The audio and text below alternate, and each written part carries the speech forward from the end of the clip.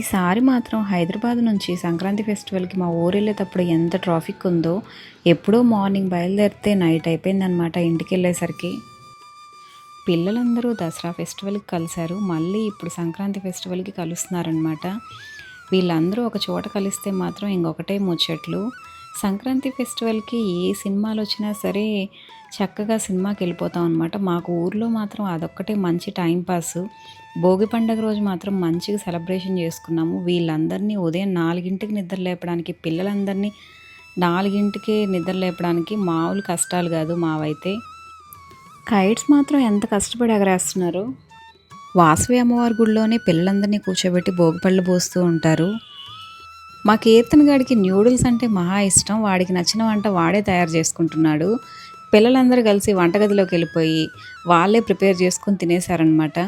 మరిన్ని వీడియోస్ కోసం సబ్స్క్రైబ్.